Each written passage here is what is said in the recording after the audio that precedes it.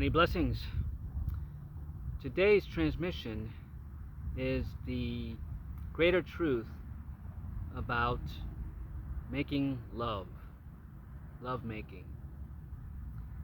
Here in the third dimension, we refer to it as sex, right? The act of love making. But there's a greater truth to the aspect of making love and what its significance is and what it was created for and why we have our own reproductive systems, male, female, right? The yin and the yang. Now, let me preface this. This is being transmitted to me as I speak, that when we incarnated here, or we agreed to incarnate as these physical beings, right, we agreed to forget everything that we knew as souls, because soul is all love. And I'll preface that by saying that all words are made up, right? So love, whatever, lust, those are made up words. Why were those words made up, right? Because we are to balance, right, the third dimension with our fifth dimensional and above selves, true selves, right? The greater truth is that we are infinite souls. We're not human beings. We're not animal beings. We are infinite souls. And knowing such, we came into this 3D, right, to integrate this thing called ego, which is in essence materialism. And for many, many, many centuries, we incarnated here, some physical and some non-physical, and interacted together. Spirit and the avatar of the human coalesced, right? Learning, right? The soul was the soul and the ego is ego, the polarity, if you will, even though there really isn't anything. It was about integrating the humanistic aspect, the materialistic aspect of the ego with the love of the soul, right? That was the desire, right? That was the reason to come in, to co-create this new symbiotic relationship called materialism with the spiritual, with the etheric. That is the greater truth. So what happened along the way? Ego figured out that there are more emotions than love, right? And on a conscious level, when you're conscious of love, not much else can enter that, right? So the ego didn't feel balanced. So the ego said, well, on a subconscious level, I'm going to introduce new things, right? These, under the guise that these are things soul wants to experience, which it did, and we are meant to experience these things, but we're meant to experience them and then bring them back into balance, right? And stay in our soul presence. Well, ego didn't want that. Instead of the integration that ego and soul had agreed to, thousands, millions of years, however long, right, creation's been here, ego decided, no, I want to experience, not just making love. I want lust. I like the feeling and the desire and the power, right, that it gives you, right? We've all experienced it, right? When there is an aspect where, yes, it's love, it's pure love when you make love, but the real design of making love was making a creation. Love is creation. So the act of making love was to make another soul, right? The male planted its seed, and the woman carried this beautiful soul, right? This new creation, right? And the gestation period between humans and animals are different, but the reason the gestation period exists is a transition from the light. They have to know dark. And what is the womb? The womb is dark, but it's also nurturing and caring. It's unity. It is ego, right? Because your feet, the woman aspect is feeding that, or the female aspect is feeding that into the darkness that the creation is being created in, and then obviously, when it's time to give birth, you're birthing the dark into the light, right? But now that gestation period gave that beautiful soul a little bit of a balance, right? It knows the dark. Now let's introduce it to light, and that's what was meant to happen. Then it's supposed to come into the light, balancing the dark with the ego, experiencing ego as an integral part of the soul. But of course, as we're birthed, now we're into the 3D where our parents and our grandparents and uncles and aunts and friends of them start to influence that new soul, right? Bring it right into the subconscious programming. And that is a greater truth. It is all programming. It is not good or bad. We are meant to experience these things, but in essence it's programming. So the act of making love wasn't to satisfy carnal desires, right? Lust and the feeling that you get, right? Because that can be that came in as a form of illusion. It's like, oh, I love this person so much, I can't stop thinking about them. All I want to do is have sex with them. That's not true love. That's ego. That's desire. That's lust. That's self gratification under the guise that, if you're good at making love, you're going to satisfy the other person. But that's their lust. That's their desire. That's their ego wanting to feel that. So it's ego and ego. It's not soul and ego. That is a greater truth.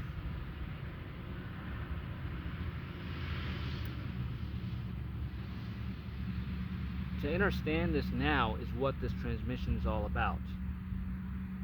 To know that the act of lovemaking was to create, right? It has been turned into a commercial, ego, materialistic enterprise, right? How did that happen? The more desire you have and the lust, somebody created something to keep that going, right? So you don't recognize that love was supposed to be for creation.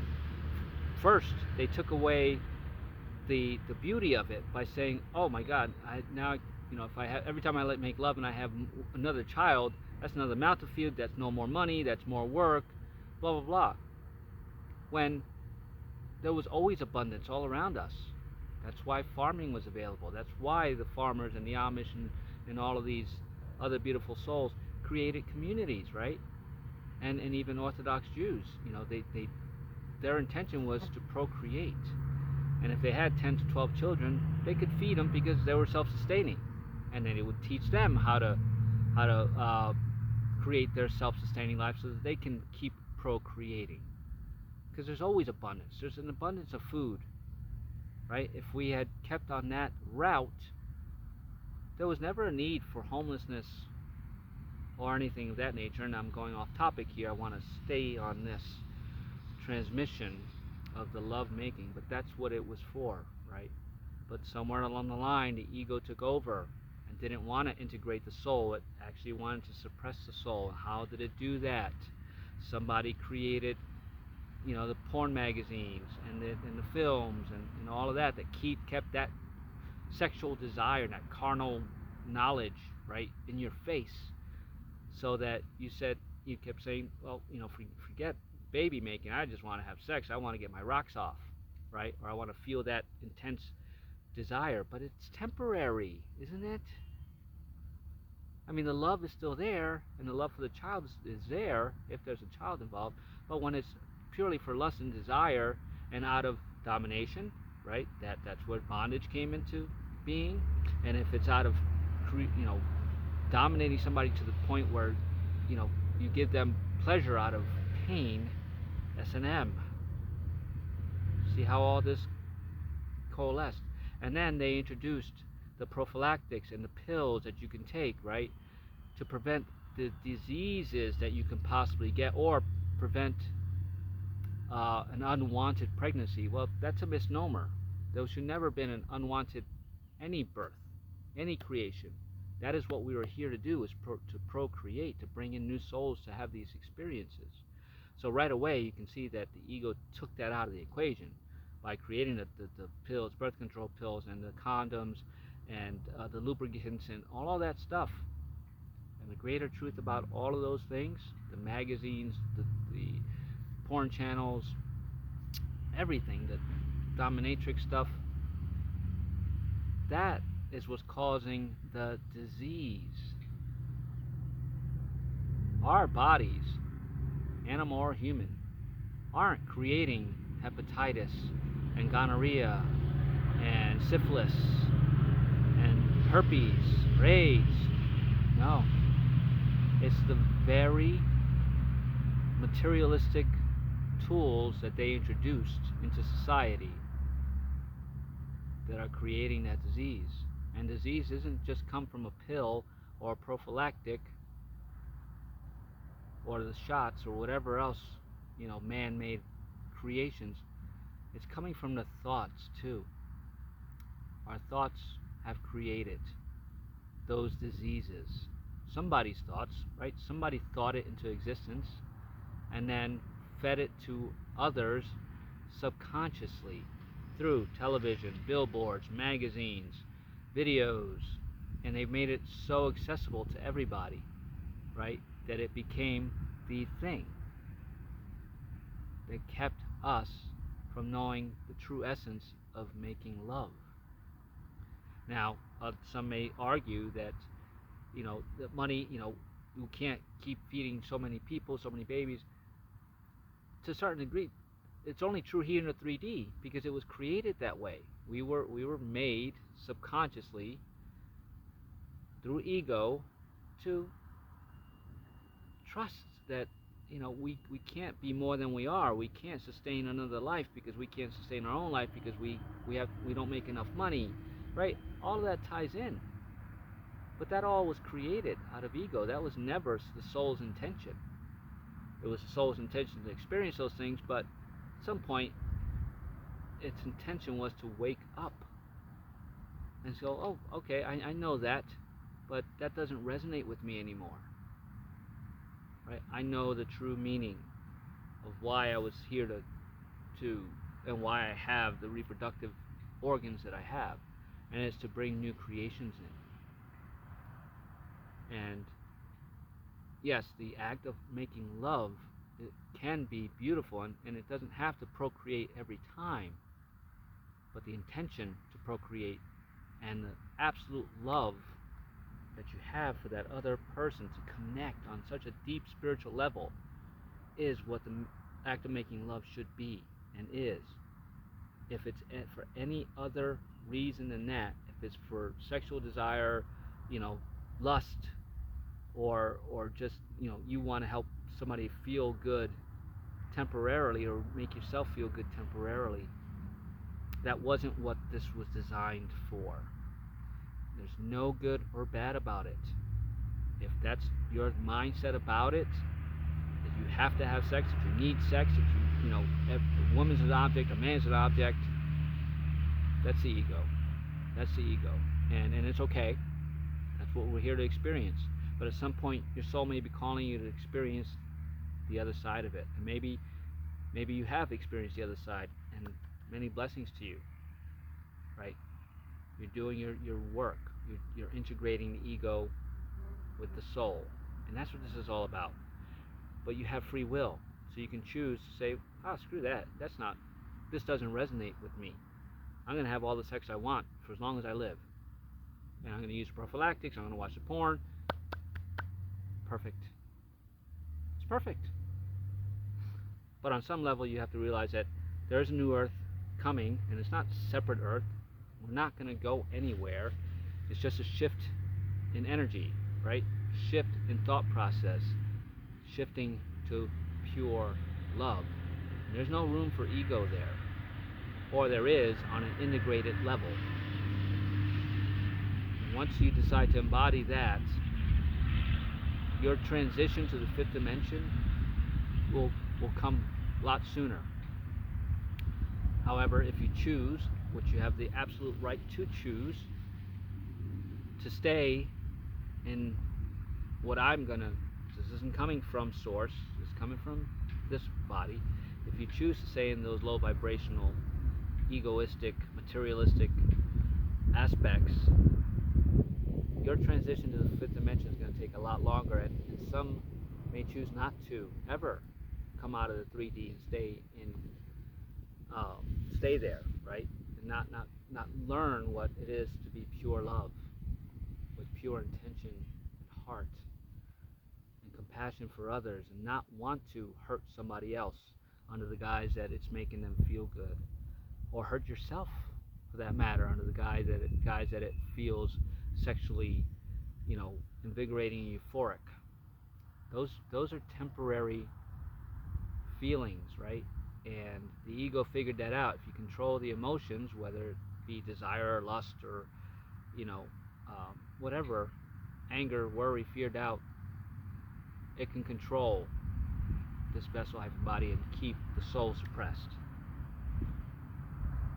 So, the greater truth is that the act of making love is to procreate, is to bring another creation in with absolute love, right? And unity and oneness with another soul, right? Through the act of love making, with the pure intention to create. And if it's anything other than that, it's ego. And again, it's not a good choice or a bad choice. We're meant to experience it. We're meant to learn those lessons, right? But at some point, we're meant to bring it back into balance, right? Because right now, the ego and the sexual desires, so disproportionate that there is no act of making love in this 3D. There really isn't. Once you decide to start bringing that into balance, you don't have to just be all love and not experience, the pleasure, but you have to bring them into balance and know fully what the act of making love was created and intended for, and then make your choices. They're not good or bad choices, they're your own personal experiences. So this is the transmission for today, the greater truth about making love. It's not about right or wrong, whether this resonates or doesn't resonate with you,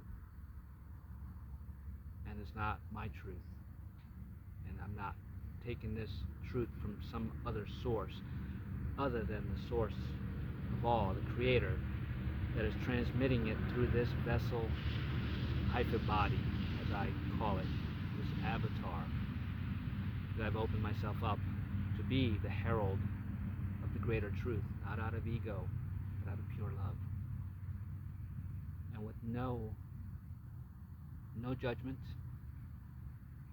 and unconditional love.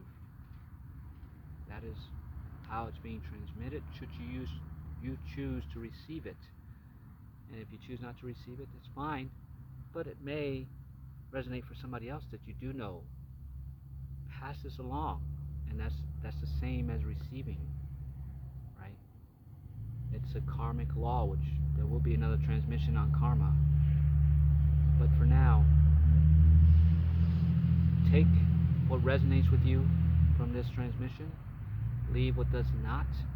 It's not good or bad, it's not here to incite guilt or shame. It's just to bring the greater truth about the act of making love. Many blessings to you on your spiritual awakening journey, my friend. Namaste.